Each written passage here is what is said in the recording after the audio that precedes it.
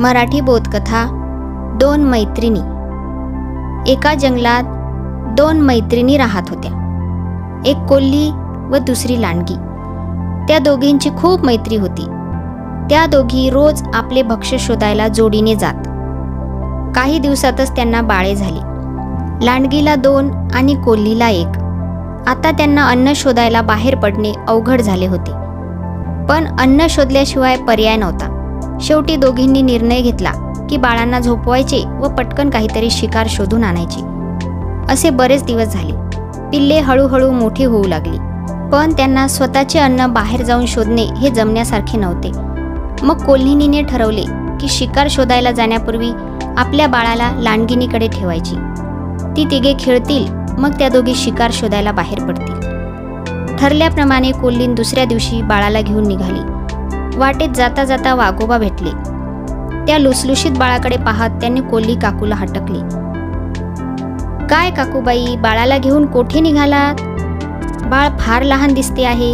कोल्ही बिचारी भोळी, तिने वाघोबाला सर्व खरे खरे सांगून टाकले।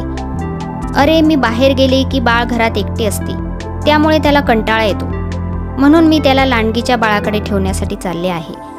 तिला पण 2 बाळा आहेत, ते सुद्धा याच्या जोडीला एकत्र खेळतील, मग आम्ही दोघी शिकारीला जाऊ।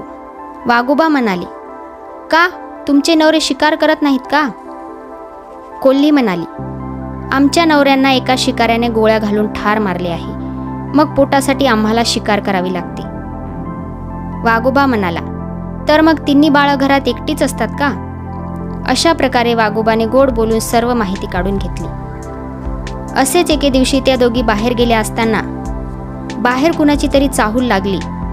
त्याचबरोबर पिल्लं शांत झाली।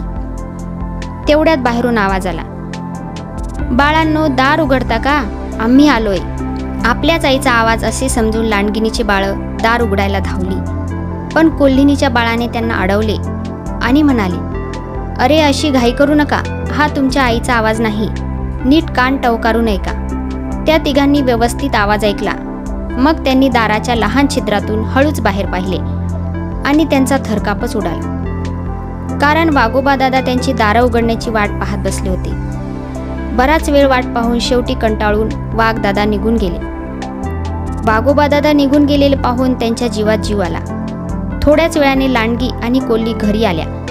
आपल्या आईला पाहिल्याबरोबर पळत जाऊन त्यांनी आईला मिठीच मारली। लांडगीची पिल्ले आपल्या आईला घडलेला प्रकार सांगू लागले। लांडगीला त्या छोट्या बाळाचे कौतुक वाटले, कोल्हीला तर फार अभिमान वाटला।